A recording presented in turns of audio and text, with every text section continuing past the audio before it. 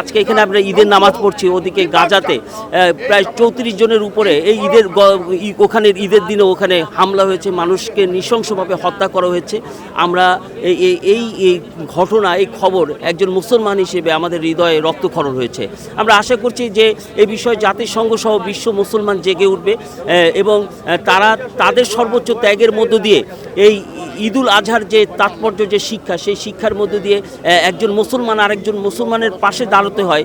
আমরা যেন বিশ্ব মুসলমান যেন বাসীর পাশে দাঁড়াতে পারি এবং বাংলাদেশের যে সংকট চলছে এই সংকট থেকে বেরিয়ে এসে আমরা যেন সত্যিকার মানবিক এবং মানবতার মানুষ হিসেবে আমরা কাজ করতে পারি, আমি এই প্রত্যাশা করছি। এবং আমি বিশ্বাস করি যে বাংলাদেশের যে নির্বাচনের যে সংকট চলছে এই সংকট থেকে রাজনীতিবিদরা চেয়ার দখলের রাজনীতি ছেড়ে দিয়ে মানুষ যাতে শান্তিতে থাকে, স্বস্তিতে থাকে, গত 16 যে ফ্যাসিবাদ থেকে আমরা মুক্তি পেয়েছি এই মুক্তির স্বাদ যেন জনগণ সত্যিকার অর্থে পায়। এখনও যারা গুমের শিকার তারা কিন্তু তাদের পরিবারের কাছে ফিরে আসেনি, তাদের ঘরে কিন্তু ঈদ নেই, আনন্দ নেই। কি ঈদ কি আনন্দ তারা এখনও বোঝে না, তারা এখনও দরজার দিকে তাকিয়ে আসছে, এই বুঝি তাদের ছেলে বা স্বজনরা ফিরে আসবে, কিন্তু এখনও কেউ ফিরে আসেনি। জামাত অনুষ্ঠিত হয়েছে, আমরা আলহামদুলিল্লাহ মহান আল্লাহর দরবারে অশেষ শুকরিয়া, আমরা সুন্দরভাবে নামাজ আদায় করতে পেরেছি এবং এখন থেকে গিয়ে আমরা মহান আল্লাহর সন্তুষ্টির উদ্দেশ্যে পশু কোরবানি দিব ইনশাআল্লাহ। সব সময় ভালো লাগে, এবারও ভালো লেগেছে আলহামদুলিল্লাহ। ঈদ মোবারক, কারণ এইটাতেই আসার চেষ্টা করি। কয়েক বছর বাইতুল মুকাররমে এসেছি, কিন্তু এইটাতে নামাজ আদায় করে যতটা ভালো লাগে অন্য মসজিদে খুব একটা ভালো লাগে না। এটাতে সবাই একসাথে মাঠে দাঁড়িয়ে নামাজ পড়া হয় ময়দানে, এটা খুব ভালো লাগে। আমি বলবো যে অনেকে আসতে পারে না, প্রত্যেকটা মসজিদে এই ব্যবস্থা করাটা উচিত, অন্তত ঈদের নামাজটা পড়ার জন্য ব্যবস্থা করা উচিত। এবারকার ঈদটাই, এবার হচ্ছে রোজার ঈদটা আমার কাছে খুব ভালো লেগেছে, কোরবানি ঈদও ইনশাল্লাহ খুব ভালো লাগবে, এবার একটু বেশি ভালো লেগেছে আমার কাছে। ভালো লাগার কারণ হচ্ছে অনেক কারণ আছে, বিশেষ করে দেখেছি যে এবার সবাই খুশি ছিল ঈদে, আর সেমাইও বিতরণ করা হয়েছিল, সবাই মিলে ঈদটা উদযাপন করা হয়েছে ঢাকায়, এটাতে খুবই ভালো লেগেছে। কোনো বছর এটা দেখিনি, এই বছরই দেখেছি, এই জন্য আরও বেশি ভালো লেগেছে।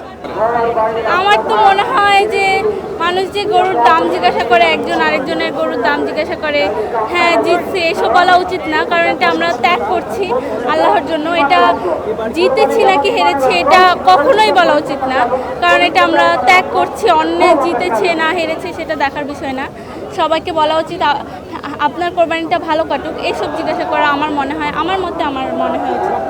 ঈদের নামাজ পড়তে সবারই ভালো লাগে, আর ঈদের নামাজ পড়ার মধ্যে দিয়ে যে আনন্দ, হৃদয়ের যে গভীর থেকে যে অনুভূতি, সেটি আসলে প্রকাশ করার ভাষা নেই। এটি হচ্ছে সম্মিলিত একটি যে জাতীয় ঈদগাহ, মানে সকলের উপস্থিতিতে একটি জামাত, এবং দেশের শীর্ষ ব্যক্তিবর্গ থেকে শুরু করে আমির, গরিব, ধনী সবাই এখানে এসেছে।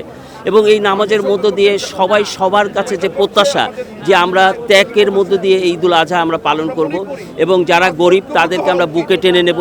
এবং আমরা আজকে এই ঈদের নামাজ পড়তে এসে আল্লাহর কাছে আমরা যে বিষয়টি আমরা উপলব্ধি করেছি, জানেন যে আজকে এখানে আমরা ঈদের নামাজ পড়ছি, ওদিকে গাজাতে প্রায় 34 জনের উপরে এই ওখানে ঈদের দিনে ওখানে হামলা হয়েছে, মানুষকে নৃশংসভাবে হত্যা করা হয়েছে। আমরা এই ঘটনা, এই খবর একজন মুসলমান হিসেবে আমাদের হৃদয়ে রক্তক্ষরণ হয়েছে।